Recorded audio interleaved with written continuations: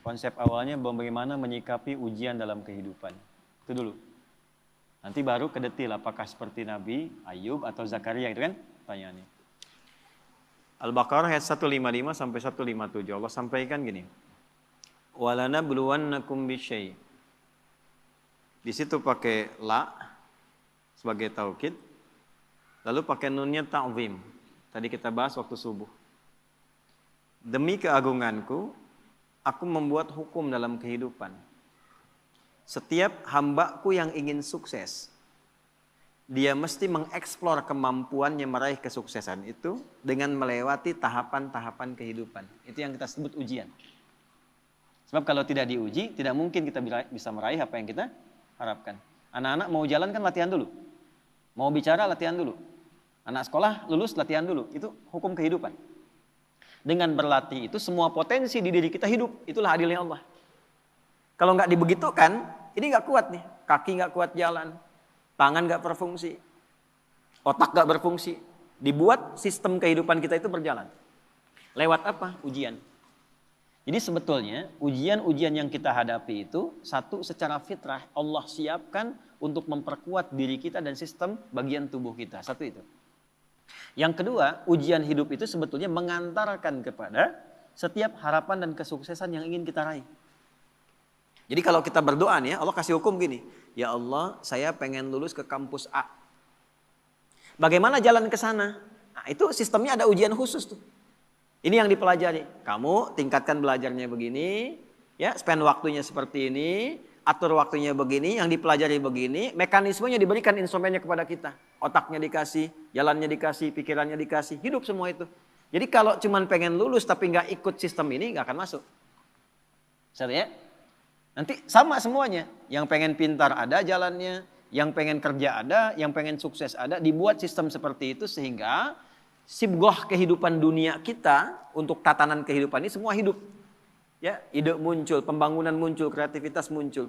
Maka Allah sampaikan, walanabluwannakum bisyai'. Semua orang yang hidup, yang ingin mengharapkan sukses, ingin berhasil, pasti akan melampaui dan melewati ujian-ujian dalam kehidupan. Contohnya apa? Kegelisahan. Ju', rasa lapar. Bisa diartikan aset yang berkurang. Ya, naik turun dalam kehidupan. Kemudian naqsi minan amwal, yang tadinya naik, matang, turun. Ya, itu diuji itu supaya apa? Ada dua tuh. Ya, satu supaya kemampuan potensi kita itu hidup lagi. Kalau nggak gitu nggak keluar ide-ide kita itu. Nggak keluar kemampuan kita. Makanya uniknya perusahaan-perusahaan hebat kadang-kadang bikin study, bikin masalah. Coba cari perusahaan besar itu. Kadang-kadang bikin masalah dulu nyelesain sendiri. Supaya apa? Muncul ide baru. Nah, Allah sudah bikin fitrah dalam hidup. Diciptakan itu supaya semua potensi kita keluar. Yang kedua, sebetulnya jawaban dari doa kita. Nggak ada satupun ujian kecuali sesuai dengan permintaan kita. Itu adilnya Allah. La yukallifullahu nafsan illa usaha. Allah nggak mungkin nguji kecuali sesuai kemampuan yang jadi kebutuhan kita. Apa butuhnya, apa pengennya, sesuai sifat ujiannya. Jadi kalau Anda sekarang mengalami masalah, sebetulnya masalah itu disiapkan oleh Allah untuk mewujudkan doa-doa kita. Harapannya pengen apa, ini ujiannya. Dan kita mampu melakukan itu. Ya, makanya tadi di surat Al-Insyirah waktu subuh kita bahas itu harus optimis. Begitu diuji, yakin saya bisa. Karena nggak mungkin Allah titipkan kalau tidak mampu menjalaninya. Jadi jangan pernah kita mencela satu persoalan hidup yang diujikan. Karena sesungguhnya ujian itu hasil dari permintaan kita sendiri. Saya pengen nikah ya Allah, tentukan tanggal sekian. Dikirim, ya, lewatin ini nih. Ya, nah ujian yang diberikan kepada Razik itu tidak akan diberikan kepada Fauzi. Gak akan sama ujiannya. Yang satu pengen lulus ujian, kampus pengen cepat wisuda. Yang satu pengen wisuda anak orang. Ya kan? Nah itu ujiannya beda. Gak akan sama. Masalahnya pun beda. Jadi ketika melewati masalah itu sebetulnya ingin mengabulkan doa yang diminta. Nah, jadi jangan pernah menyalahkan masalah. Gara-gara ini nih saya begini. Tidak, nanti hikmahnya datang belakangan. Nah ilmu hikmah itu mahal. Hikmah itu tingkat ilmu tertinggi. Kalau belum paham, yakini dulu, lewatin dulu. Baru nanti hikmah datang belakangan. Nah sekarang baru kita masuk mas. Sebelum ke Nabi Zakaria dan Nabi Ayub tadi. Bagaimana menyelesaikannya? Ya, Allah kasih contoh dulu. Nanti kamu kegelisahan pasti ada. Ya, lapar itu ada. Gitu kan? Kemudian ujian berkurang harta. Kadang naik kadang turun ada gitu. Dikurangin dulu nih supaya kreativitas muncul, nanti diakumulasikan lagi. Ya, kalau nggak begitu nggak akan kreatif. Wal anfus sakit, capek, lelah, ada tetangga, kerabat meninggal, keluarga dan sebagainya, supaya belajar dari kebaikan dia. Ya, selalu ada hikmah. Nah, ujungnya apa? Ada wat samarat. Nah, ini kurang tepat menurut saya diartikan di terjemahan. Wat samarat diartikan dan bebuahan. Kalau begitu sifat keadilan Allah kurang sempurna, naudzubillah. Karena yang diuji tukang buah saja. Tukang sayur enggak, tukang boneka enggak gitu kan. Nah, samarat di situ pakai ilmu balaghah bacanya, pakai kinayah. Kalau kita nanam sesuatu kan yang pengen buahnya. Tapi kan tanam dari benih, tumbuh, dirawat. Begitu besoknya mau panen, mangga, malam-malam diambil orang. Anda ikut tender, sudah memenuhi kualifikasi, begitu mau dihasilkan, diserobot orang. Ada ya? Wabasyiris sabirin. Nah, konsep umumnya Allah sampaikan, berbahagialah orang yang sabar. Itu konsep umum. Jadi kalau sedang menerima persoalan, dihadapi, terima dulu dengan sabar. Sabar itu apa? Bukan diam. Teruskan. Ya. Alladzina idza asabathum musibah. Yang kalau dia ditimpa dengan apa yang dia inginkan itu, nah itu musibah tuh. Ya, musibah. Saya pengen pesantren dikasih sama Allah, ini musibah. Jadi musibah itu nggak harus selalu buruk, tidak. Baik. Anda pun datang ke sini bagi saya musibah. Ya, sebaliknya saya ada di sini musibah bagi Anda. Jadi sesuatu yang dialami musibah itu. Kalau mengalami apapun, dia langsung punya keyakinan, inna lillahi wa inna ilaihi raji'un. Yang dititipkan Allah kok, pasti Allah ngasih solusi juga. Semua milik Allah, apa yang nggak mungkin bagi Allah. Nah itu. Cuman kesalahannya orang sekarang itu dilekatkan dengan kematian saja. Semua punya Allah dan akan kembali kepada Allah. Ya kita juga punya Allah. Gitu? Pekerjaan kita punya Allah. Masalah Allah yang kasih untuk mewujudkan kita. Solusinya punya Allah. Maka yang dibangun oleh Allah pertama kali kesadaran paripurna kita. Kalau sedang diuji, ingat kepada yang uji. Apa tujuannya diuji? Belajar dulu fikihnya. Supaya siap dengan itu. Nah sekarang banyak orang ingin meraih hasil tanpa melewati ujian. Gitu. Coba yang mau nikah ini. Kan? Pengen nikahnya aja tapi belum belajar fikih nikah. Padahal Quran lengkap itu. Sebelum menikah pelajari tugas suami ini, tugas istri ini. Nanti akan ada masalah antara istri dengan suami. Masalahnya begini, begini, begini. Nanti akan ada masalah antara menantu dengan mertua. Masalahnya begini, begini, begini. Kalau kamu nanti mengalami itu solusinya begini, begini, begini. Sekarang jarang dipelajari. Pengennya cepat nikah aja. Tanggal tentukan, ini tentukan. Pelajaran belum ada. Dulu orang tua kita, kenapa ketawa? Dulu orang tua kita itu begitu kemudian mengkhitbah, dipacari, dikasih daun pacar yang perempuan. Lalu diajari rumah tangga 40 hari. Yang laki-laki belajar untuk memaksimalkan nafkah. Nah dalam masa menunggu itu disebut pacaran. Belajar fikihnya begini, ininya begini. Makanya dulu tuh banyak sekali pernikahan-pernikahan yang abadi dan langgeng. Kenapa? Karena fikihnya dipakai. Sama babnya kerja tapi tidak belajar tentang fikih kerja. Tantangan gimana? Menghadapi orang iseng gimana?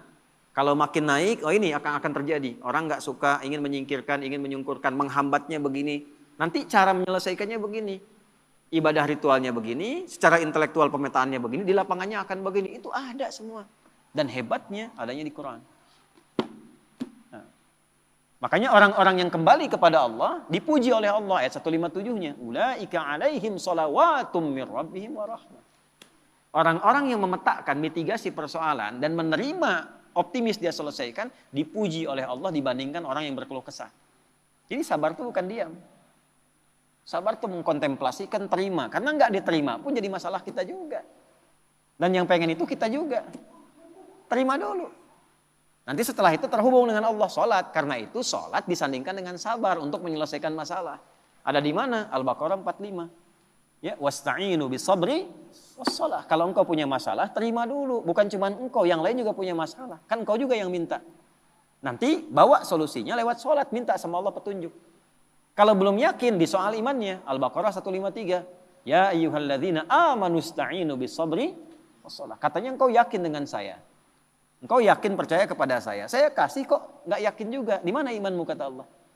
Nah, setelah itu dikasih rincian jenis persoalannya. Ini orang-orang dulu yang punya masalah. Kamu pernah sakit? Aku ujikan kepada Ayub. Kamu pernah punya persoalan di rumah tangga tentang keturunan? Aku ujikan di Zakaria. Muncullah pertanyaan Anda tadi, apakah harus seperti Nabi Ayub atau seperti Nabi Zakaria? Balik ditanyakan sifat masalahnya apa. Karena Allah turunkan kisah-kisah itu untuk memberikan detail kepada Nabi Muhammad. Kalau sakitmu ringan Muhammad SAW. Lagi kerja sakit diuji nih. Capek, batuk, pilek, apa. Nih Nabi Ibrahim pernah begitu. Kalau lagi berangkat dakwah, capek, lelah. Bukan cuma kamu yang lelah Muhammad. Ibrahim dulu lelah juga. Turunlah Quran surah misalnya ke-26 ayat 80. Wa idza maridtu fahuwa yashfin. Kalau saya sedang tugas pegal-pegal dikit pasti Allah sembuhkan. Sambil dipegang. Kalau lagi dakwah suara hilang, ya wa idza maridtu fahuwa yashfin sambil dipegang. Kalau sakit pasti disembuhkan. Yang nugaskan Allah, yang ngasih jalan Allah, yang nguji Allah, pasti yang ngasih solusi Allah. Pernah nggak begitu? Ya. Capek nih, oh nggak jamaah nggak jadi. Capek nih, kajian batal. Capek nih, baru mendung dikit, padahal belum tentu hujan. Yang dipasang malah status. Jakarta macet, ya. Berangkat enggak, padahal belum tentu ketika dia jalan itu macet. Nah ini satu mas. Nah kalau sakitnya demikian parah, sampai diuji dengan yang luar biasa, Allah kirimkan kisah. Wa ayyuba idna ada rabbahu anni masani yadurru wa anta arhamur rahimin. Ayub itu satu kaya, kedua sukses, ketiga soleh, ideal sekali. Kaya, istri cantik, anak 12. Aset banyak. Asetnya banyak. Kebun, termasuk paling kaya. Soleh. Berbaginya, nabi lagi. Setan mengajukan permintaan kepada Allah untuk menguji Ayub ini, menggoda Ayub dengan 3 sifatnya sekaligus. Menghilangkan kekayaannya, menghilangkan keturunannya, menghambat kesolehannya. Tapi diizinkan oleh Allah untuk memberikan satu hikmah dan petunjuk kepada umat di masa depan. Kalau diuji dengan yang seperti ini, zikirnya begini. Pertama, minta kepada Allah supaya semua aset kekayaannya habis dalam sehari. Maka dalam sehari ternaknya mati semua, kebunnya kebakar semua habis. Dalam sehari. Setan melakukan itu, menduga Ayub akan putus asa, mengeluh kepada Allah. Yang terjadi justru ibadahnya naik 2 kali lipat. Nggak komen tentang aset itu. Alhamdulillah engkau yang titipkan, kau yang ambil, selesai itu. Sehingga jadi rumus. Ya, jadi rumus tuh. Nih rumus Ayub tuh begini. Contoh nih ya. Ini sendal di depan nih. Itu titipan dari Allah bukan? Kalau titipan yang punya siapa? Allah. Nitip nih. Kalau nitip diklaim sama yang dititipi, benar nggak? Tidak kan? Ya kan? Kalau yang dititipi berarti kan akan mengembalikan kan? Nah, kalau dikembalikan dalam keadaan rusak, seneng nggak yang nitipkan? Tidak. Saya nitipkan untuk dipakai pada yang baik, dipakai untuk nyuri, seneng nggak? Tidak. Begitu dititipkan dan berhasil mengolah itu, diambil sama yang menitipkan, alhamdulillah. Ya Allah, engkau titipkan kebun, aku sudah pakai sesuai dengan apa yang engkau perintahkan. Aku rawat, aku tanam, aku bagi, aku share, aku sedekah. Sekarang kau ambil lagi, alhamdulillah, sukses saya menjaga titipan. Dan Allah mengatakan kalau sukses aku ganti lebih di akhirat. Jadi milik kamu, lebih indah lagi. Jadi Nabi Ayub tuh melihat sesuatu itu titipan Allah saja. Kalau hilang, alhamdulillah cari dulu. Kalau nggak ketemu, alhamdulillah tugas selesai. Titipan selesai. Yang penting hisabnya ringan. Itu Ayub. Malah nambah soleh. Ya.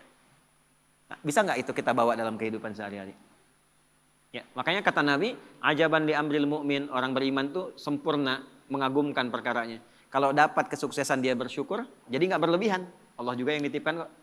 Kalau diuji dengan persoalan dia bersabar, yang punya Allah juga kok. Gitu. Jadi sama aja antara ada dengan tiada, sama aja. Dinikmati aja. Nah, dalam menjalani itu butuh penyesuaian. Disitulah ada pahala. Ya. Kalau nggak ada ujian, nggak ada pahala. Nggak ada pahala. Nggak tahu caranya kita berdoa, berkeluh kesah, minta dan sebagainya. Jadi saya kembali kepada awal ketika Anda bertanya tentang sikap Nabi Ayub. Secara konseptual dari Al-Quran yang pertama kali adalah satu. Jika dihadapkan pada ujian kekayaan, ini yang harus dilakukan. Kalau jatuh pun begini caranya. Kalau sedang maju di atas bersyukur. Jangan terlalu angkuh, jangan sombong dan sebagainya. Kata kapan-kapan Allah bisa ambil, itu loh hikmahnya. Kalau diambil pun jangan banyak disesali. Toh yang punya bukan kita kok. Ya, belajar sama tukang parkir. Datang mobil beda-beda biasa aja. Ya, nggak ada tukang parkir begitu Alphard pergi langsung marah katanya, woi ngapain diambil? Nggak ada, biasa aja. Gitu. Nggak ada bangga sampai selfie dengan mobil orang gitu, biasa aja. Dapat titipan, begitu waktunya diambil, pulang selesai. Itu problemnya kadang-kadang, nah ngajinya nggak sampai ke situ, fikih syukurnya banyak, fikih sabarnya nggak dipelajari. Itu satu. Yang kedua, begitu naik meningkat, ya Allah minta anaknya meninggal dalam sehari semua. Diuji meninggal semua sehari Pak, 12 sih. Dikira akan down, ternyata naik 2 kali lipat, berarti udah 4 kali lipat dari sebelumnya. Tinggal yang terakhir, ya Allah kok masih naik nih, bikin sakit ya Allah. Saya minta ngajukan yang terakhir sakit. Yang sakitnya tidak pernah dialami oleh orang sebelumnya, gak akan dirasakan oleh orang setelahnya. Ya. Istrinya datang mengatakan, Pak, kenapa enggak memohon pada Allah sembuh? Ditanya balik, kita itu senang, sehat, syukur berapa lama? Dijawab kurang lebih 20 tahun. Ada riwayat mengatakan 70 tahun. Sekarang diuji dengan hilang ini, ujian sabar dan saya sakit berapa lama? Ada riwayat mengatakan 7 tahun, ada riwayat mengatakan ya, sekian belas tahun. Kata Ayub begini, nanti aja kalau ujian sabarnya sudah sama dengan ujian syukur, baru saya minta sama Allah. Malu, dikasih 20 tahun senang, kaya, baik, kan? Tapi baru dikasih masih 15 tahun, 7 tahun dalam riwayat sebagian mengatakan, baru dikasih segini kita sudah mengeluh. Ntar aja kalau sabarnya udah sama dengan syukur sehingga seimbang. Tapi ketika sakitnya sudah mengganggu beliau untuk melaksanakan rutinitas ibadahnya. Tadinya masih bisa bangun, sekarang sakitnya sudah nggak bisa menahan berdirinya. Sholatnya sudah susah dan sebagainya. Baru Ayub minta kepada Allah. Dibukalah dengan fathah, bukan dengan dhammah. Kita tahu yang ngaji nahwu, setiap kalimat dalam bahasa Arab digunakan dhammah di awalnya, namanya mubtada. Tapi khusus ayat ini pakai fathah. Wa ayyuba, bukan wa ayyubu. Fathah itu membuka sesuatu sebagai inspirasi. Wa ayyuba. Dan aku buka kisah Ayub sebagai inspirasi untukmu. Kalau engkau mengalami persoalan yang sama, lakukan seperti Ayub menjalaninya. Idznada rabbahu anni masani yadurru wa anta arhamur rahimin. Ketika Ayub bermohon kepada Allah kesembuhan untuk ibadahnya, bukan sekedar sembuhnya. Anda sakit berobat ke dokter. Pengen sembuh atau pengen dekat sama Allah? Beda tuh. Ya, saya sakit nih. Diberi sakit oleh Allah nih. Minta sembuh. Semua orang minta sembuh yang sakit. Tapi jarang ada yang minta sembuh untuk meningkatkan ibadahnya kepada Allah. Ya Allah saya pengen sehat supaya tahajud. Ya Allah saya pengen sehat supaya pengen baca Al-Quran. Tarik ke situ. Nah ketika ditarik ke aspek ibadah, apa yang terjadi? Ya. Dan kalimatnya indah. Wa anta arhamur rahimin. Ya Allah, aku pengen meningkatkan ibadah kepadamu, tapi penyakit ini menghambat, sedangkan kau yang paling sayang kepadaku. Kalau dengan yang paling sayang tidak mengabulkan, kepada siapa lagi aku mesti minta? Itu pakai fa, subuh tadi kita belajar. Fastajabna, nggak pakai jeda, langsung dijawab. Fastajabna lahu. Kami langsung jawab. Fakashafna ma bihi min dur. Yang hilang-hilang, yang terasa sakit, habis semua, diselesaikan. Yang paling menarik, wa atainahu wa ahlahu mithlahum ma'ahu. Kami balikan lagi keluarga yang tadinya hilang. Tadi kan 12 anak itu meninggal dalam sehari kan? Tiba-tiba begitu sembuh, berhubungan lagi dengan istrinya hamil lagi, begitu hamil kembar 12 kali hamil, jadi 24. Yang tadinya 12 meninggal, sekarang lahir baru anak 24. Tuh, Zik, 24 tuh. Ya. Setelah itu apa? Karena Ayub ini dikenal dermawan, bagus, suka berbagi, maka orang viral, Ayub sudah sembuh, datanglah nengok. Datang itu bawa sesuatu. Ada yang datang bawa hasil kebun, datang mau nyerahkan, kaya lagi 2 kali lipat dari sebelumnya lagi. Dan ditutup dengan kalimat ujungnya, wa dzikra lil abidin. Kami tidak khususkan ini untuk Ayub, tapi bagi setiap hamba kamu yang punya persoalan serupa, lakukan zikirnya Ayub. Ujiannya apa? Sakit. Ujian harta. Sedang turun, omset dan sebagainya. Ya kan? Atau dengan hal tadi yang disebutkan, maka zikir Ayub bacakan. Apa zikirnya? Ya?